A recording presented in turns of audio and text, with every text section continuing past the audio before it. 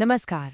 तो आज हम बात कर रहे हैं पश्चिम बंगाल के उस बड़े घटनाक्रम की जिसने लाखों लोगों के वोट देने के अधिकार पर ही सवाल खड़ा कर दिया।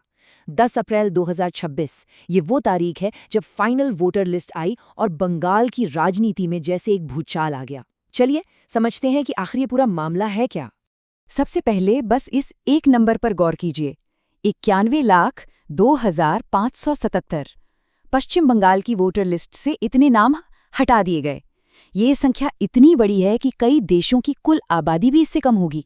और देखिए ये कोई छोटी मोटी बात नहीं थी। साल 2011 के बाद ऐसा पहली बार हुआ था जब पश्चिम बंगाल में वोटर्स की संख्या बढ़ने के बजाय घट गई हो। मतलब एक दशक से जो ट्रेंड चल रहा था वो अचानक से बिल्कुल पलट गया।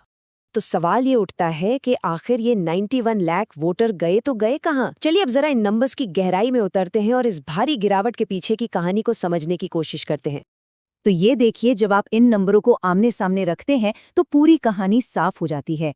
इस पूरी प्रक्रिया जिसे SIR कहते हैं, उसके शुरू होने से पहले राज्य में वोटर्स थे 7,66,00,000 और प्रक्रिया खत्म होने के बाद ये आंकड़ा घटकर हो गया 6,75,00,000।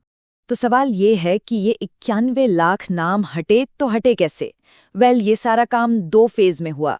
पहले ड्राफ्ट स्टेज में करीब 64 लाख नाम हटाए गए।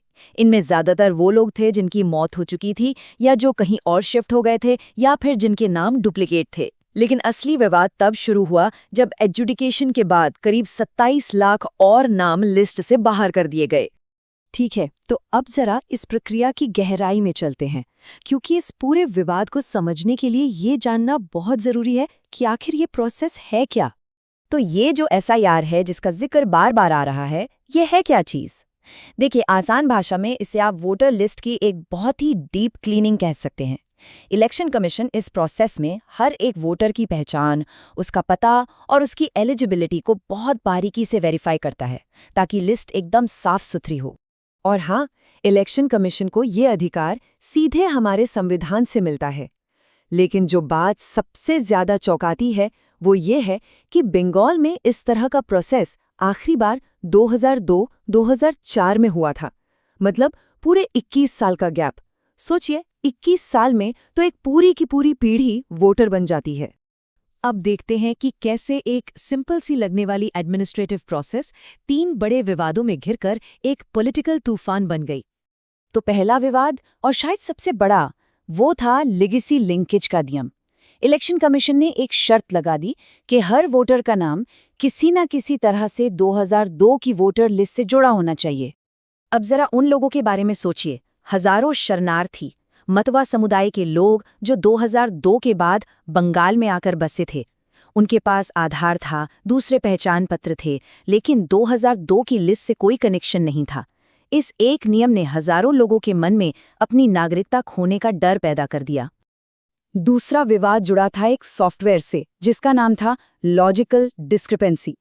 इसका काम था गलतियों को पकड़ना, पर इसने उन लोगों को भी शक के घेरे में डाल दिया जिनके नाम की स्पेलिंग में जरा सा भी फर्क था। मान लीजिए कहीं मोंडल लिखा है तो कहीं मंडल। बस एक अक्षर के फर्क से आपके वोट देने के अधिकार पर सवाल उठ सकता था। और बात यहीं खत्म नहीं हुई। जब इस सॉफ्टवेयर के डेटा को खंगाला गया तो एक बहुत ही चौंकाने वाला पैटर्न दिखा। भवानीपुर का ही उदाहरण ले लीजिए, जहां मुस्लिम आबादी करीब 24% है, लेकिन इस फिल्टर के जरिए जिन लोगों की जांच की गई उनमें से 56% मुस्लिम थे। ये आंकड़े अपने आप में एक कहानी कह रहे थे। और फिर आया तीसरा विवाद, डेटा छिपाने का आरोप। कहा गया कि इस पूरी प्रक्रिया में पारदर्शिता की भारी कमी थी और जरूरी जानकारी को लोगों तक पहुंचने ही नहीं दिया गया। मतलब जो फाइनल लिस्ट आई वो ऐसी स्कैन की हुई PDF फाइल्स में थी जिसमें आप कुछ सर्च ही नहीं कर सकते। फाइलें बहुत बड़ी थीं पर किसी काम की नहीं। और सबसे अजीब बात, जिस दिन ये लिस्ट जारी हुई, चुनाव आयोग की वेबसाइट और ऐप दोनों ही डाउन हो गए। अब इसे महज एक इत्तेफाक कहें या कुछ और। तो जाहिर है, जब इतने सारे सवाल उठ रहे थे तो ये मामला सिर्फ एडमिनिस्ट्रेशन तक सीमित नहीं रह सकता था। इसने जल्द ही एक बड़ी राजनीतिक लड़ाई का रूप ले लिया। और यहाँ पर कहानी 2 हिस्सों में बट गई। TMC का कहना था कि ये ECI और BJP की मिलीभगत है और ये अल्पसंख्यकों और मतुआ समुदाय पर सीधा हमला है। वहीं बीजेपी का कहना था कि ये तो बस एक जरूरी सफाई अभियान है जिससे बांग्लादेशी घुसपैठियों और टीएमसी के फर्जी वोटर्स को हटाया जा रहा है। एक ही प्रोसेस पर नैरेटिव बिल्कुल अलग। और इसका असर कितना बड़ा था, इसका अंदाजा आप इस बात से लगाइए। मुख्यमंत्री ममता बनर्जी की अपनी सीट भवानीपुर, वहां से 47,000 से ज्यादा वोटर्स के नाम हटा दिए गए। याद दिला दूं, 2021 में उनकी जीत का मार्जिन 58,000 वोटों का था। अब आप समझ सकते हैं कि मामला कितना संगीन था। और देखिए, राजनीति में टाइमिंग कितनी अहम होती है। फाइनल लिस्ट आने से कई महीने पहले ही अक्टूबर 2025 में बीजेपी नेता सुवेंदु अधिकारी ने ये भविष्यवाणी कर दी थी कि एसआईआर के बाद ममता बनर्जी भवानीपुर से 20,000 वोटों से हारेंगी। लेकिन ये लड़ाई सिर्फ बयानों तक नहीं रुकी। मामला जमीन पर इतना बिगड़ा कि देश की सबसे बड़ी अदालत यानी सुप्रीम कोर्ट तक को इसमें दखल देना पड़ा। हुआ ये कि मालदा में 7 जजों को प्रदर्शनकारियों ने करीब 9 घंटे तक घेर कर रखा। एक पुलिस की गाड़ी तोड़ दी गई, सड़कें ब्लॉक कर दी गई। मामला इतना गंभीर हो गया कि अब एनआईए की जांच कर रही है। इस घटना के बाद सुप्रीम कोर्ट ने बहुत सख्त रुख अपनाया। 6 अप्रैल 2026 को चीफ जस्टिस सूर्यकांत ने साफ साफ कह दिया, अगर स्टेट मशीनरी काम नहीं करती है तो फिर हम देखेंगे कि क्या करना है। ये एक बहुत ही सीधी और कड़ी चेतावनी थी। तो एक बार फटाफट से पूरी टाइमलाइन पे नजर डाल लेते हैं।